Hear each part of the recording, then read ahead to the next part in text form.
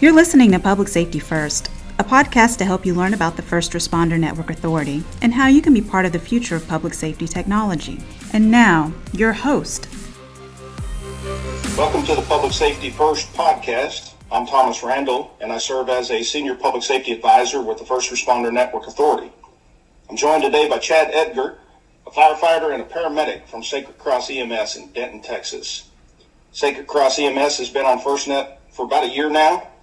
I had the pleasure of working with Chad and the team from Sacred Cross EMS at the Texas EMS conference in Fort Worth several months ago, and we had a great conversation about the positive experiences that their team has had with FirstNet. We're pleased that he could join us today. Welcome to the podcast, Chad. Thank you, Tom. Great. Well, tell us a little bit about yourself, a little bit about Sacred Cross EMS, and I want you to talk to us a little bit about the unique challenges you all face in North Texas. Okay. My name's Chad Edgar. I've been involved in the fire service since 1996.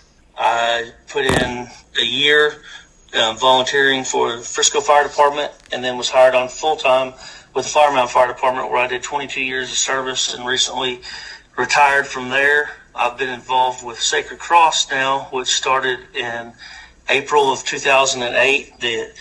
The owner was a friend of mine, and I started helping him out with it. And after my retirement, I made the merge over here, and I was already functioning as basically like a part-time clinical manager and doing special events and helping out with wherever I could. And after my retirement, I merged full-time. And I'm the clinical manager, the designated infectious control officer, and I handle all the special events for the company, including the one we're going to talk about here shortly, Rednecks with Paychecks, which we've heavily utilized FirstNet and their services for. Great. Well, you talked a little bit about Charles Henkel, the owner. What do you and Charles see as some challenges that you guys have in rural Texas up in the north part of the state? So we have two divisions. We have our typical private ambulance transfer division that's out of Denton. It's pretty much our flagship, runs the heaviest portion of our call volume. And we don't have major issues here. We do have some areas that have poor service, and our radio system is also limited because of that as well. So we fall back on it for that. Our 911 division is out of Palo Pinto County, around the area of Possum Kingdom Lake, and it has multiple areas of poor coverage, no coverage for cell and for radio, and it's been a challenge for us out there logistically, safety-wise, all that stuff, because our crews can go out there and run calls and be in an area where they need to call for secondary services, whether it be the sheriff's department, the law enforcement side, whether it be calling for aeromedical assistance, to air evac a patient out to a trauma center or a more capable hospital that gives higher level of care for STEMIs and strokes, or if they just need to call for assistance from the fire department for even something as simple as a lift assist. They just need some more manpower to help get somebody up or get them moved somewhere where they need to do to help those citizens out, and they have limited areas where they can talk. In addition to that, the way the county is set up with its infrastructure, the roads out there are not conducive to responses, because pretty much the center of the county is 100% encompassed by large ranches, farms, and hunting properties and stuff. So if you need to travel north to south or east to west, there's only really one way, and east to west is right through the middle of it, and there's one up top, and then you have I-20 down in the bottom of the county, and then to go north to south, there's only two roads really that cover it completely north to south, and you have to go to the far sides of the counties, east and west, to travel those. So depending on where we have calls coming out of, we have to move trucks around so that we can still provide the highest level of coverage for those citizens. And with the infrastructure the way it is, it makes it difficult, and then trying to coordinate it through all the dead cell service areas and dead radio areas, it drastically hampers the operation. And sometimes we get two trucks in one place that don't need to be there because they couldn't communicate and they were both trying to do the right thing. Does the communications infrastructure match like what your population base looks like, where you've got more coverage in the city, but your rural parts of the county are lacking? Yeah, and I mean, predominantly, the whole county is rural. The county seat is actually a small town called Palo Pinto, which is a very small town. The only decent-sized town they have there is a city called Mineral Wells, which is pretty much dead center on the eastern edge of it, and the rest of it is, I would say, 95% rural, very sparsely populated area. There's a lot of large ranches and farms and hunting properties and stuff out there. So from a radio perspective for our trucks and from a cell perspective, it doesn't have the priority for top service. I experienced some of it several years back. They had a major wildfire out there, and between all the residents that were still there and all the emergency services that were in there, it completely shut down the entire cellular network. So last year or so, Sacred Cross EMS joined FirstNet. How does the organization use the network as part of your everyday operations? So currently, we're using it primarily and solely just for the cellular portion of it, communicating amongst crews, communicating with dispatch centers and stuff like that.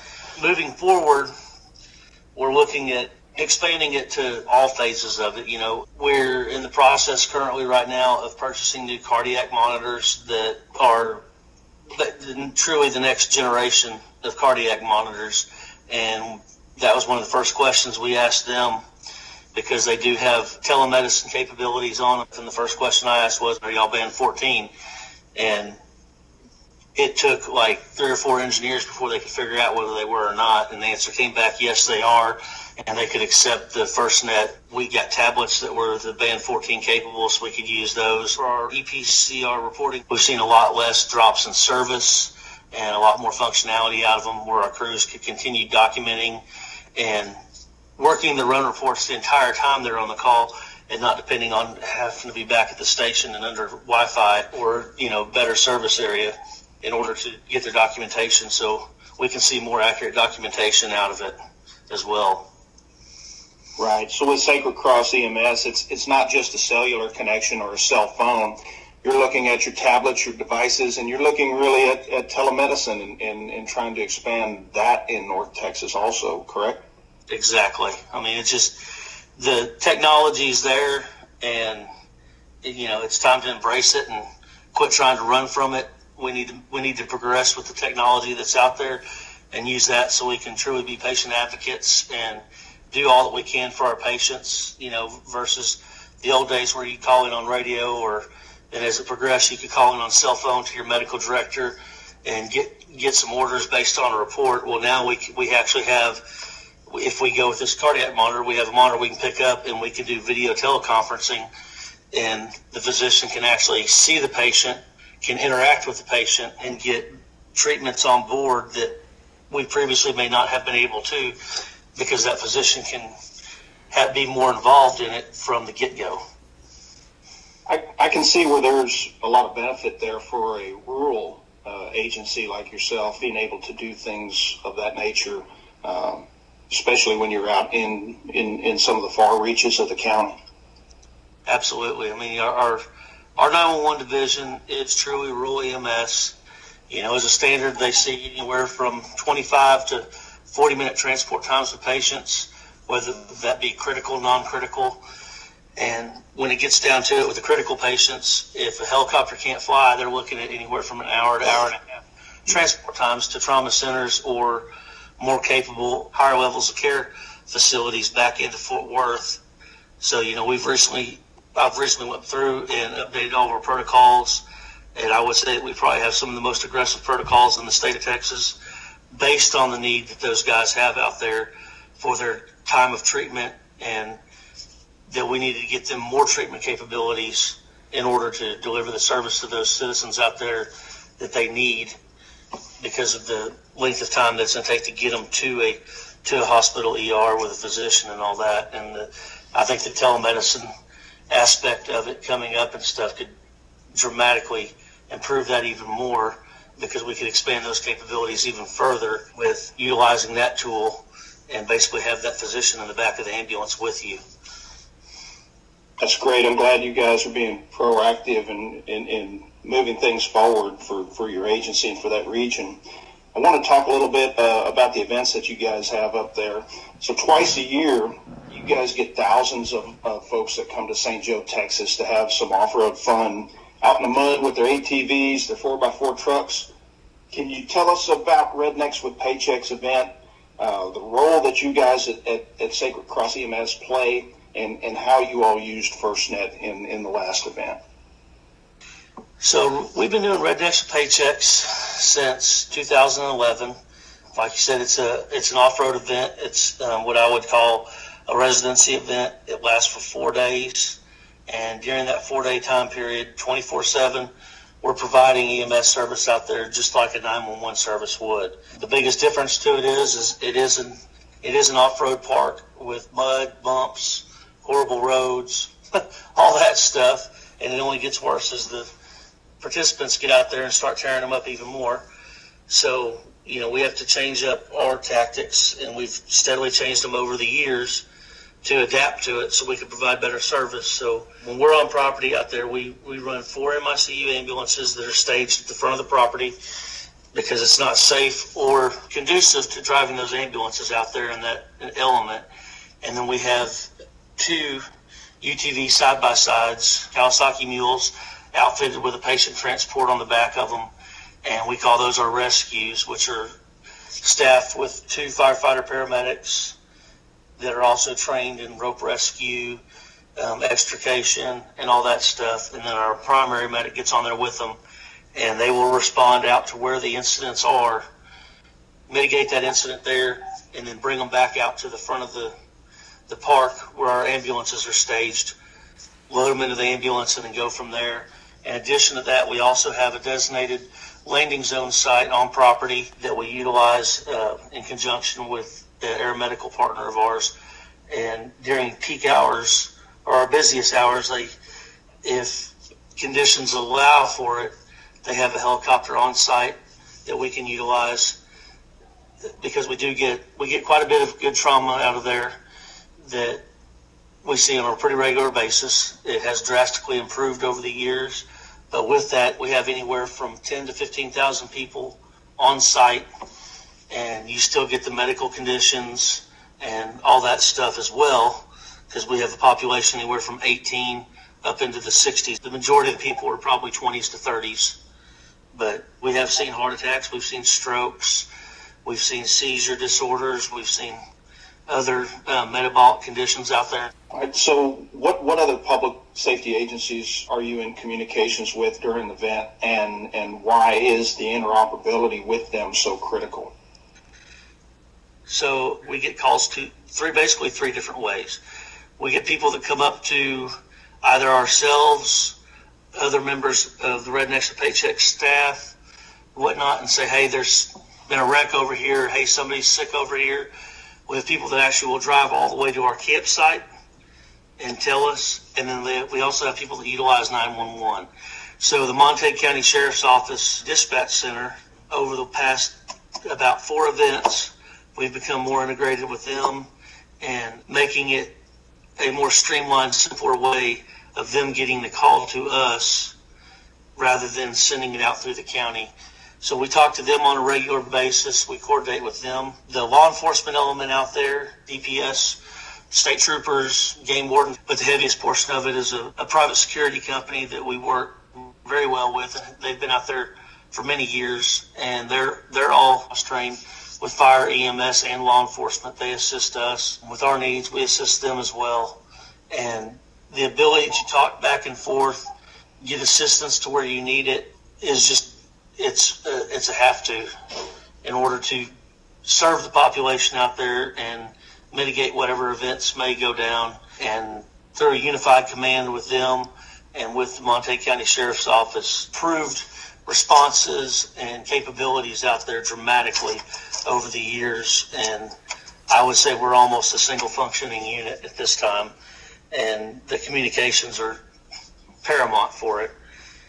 And with the addition of the FirstNet SAT cult that we added out there, the previous event, it made communications night and day, because we all have radios that we use, and that helps some, but sometimes a radio is not enough. You need to make a phone call or send a text or any of that stuff, and the ability to do that out there, where previously the cell network out there was completely shut down by that many people in that small, dense of an area.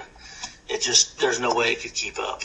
Great. Well, that segues into the question I was going to ask about the connection from FirstNet and how that provides you seamless communications. And did it show that you were able to decrease your response times based on your FirstNet connectivity? Absolutely, especially with the calls that we get coming in through the Monte County Sheriff's Office. There was always a delay there with them getting hold of us, being able to relay good information to us, which is limited with any dispatch system, because you're depending on a layperson, and these people out here they're on an area they're not as familiar with as we are, and so they don't always know exactly how to tell you where they're at, or know the nicknames for different areas like we do.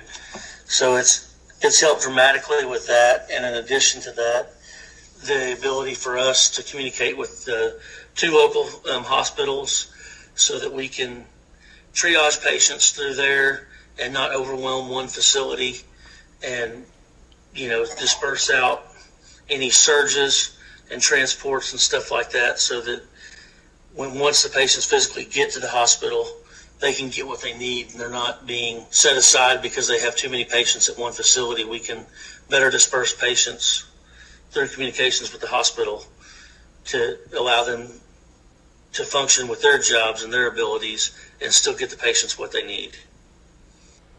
So you touched on the SAT code a minute ago. Talk a little bit more about how the FirstNet SAT code supported the operations of the event compared to your previous year's events. So our first event we got to use it in was last fall, and it was mentioned to us by Travel and Pittner that that's an option that we have if we wanted to look at it to bring out there, and we jumped all over the opportunity, hoping for the best, didn't know what we were going to get out of it.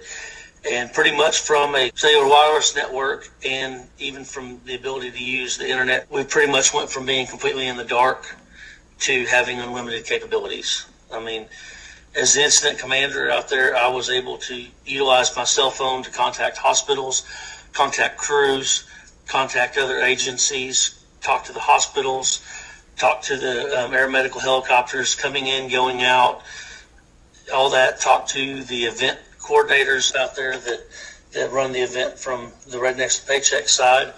And I was able to do it just like I was sitting in my living room at home with my Wi-Fi.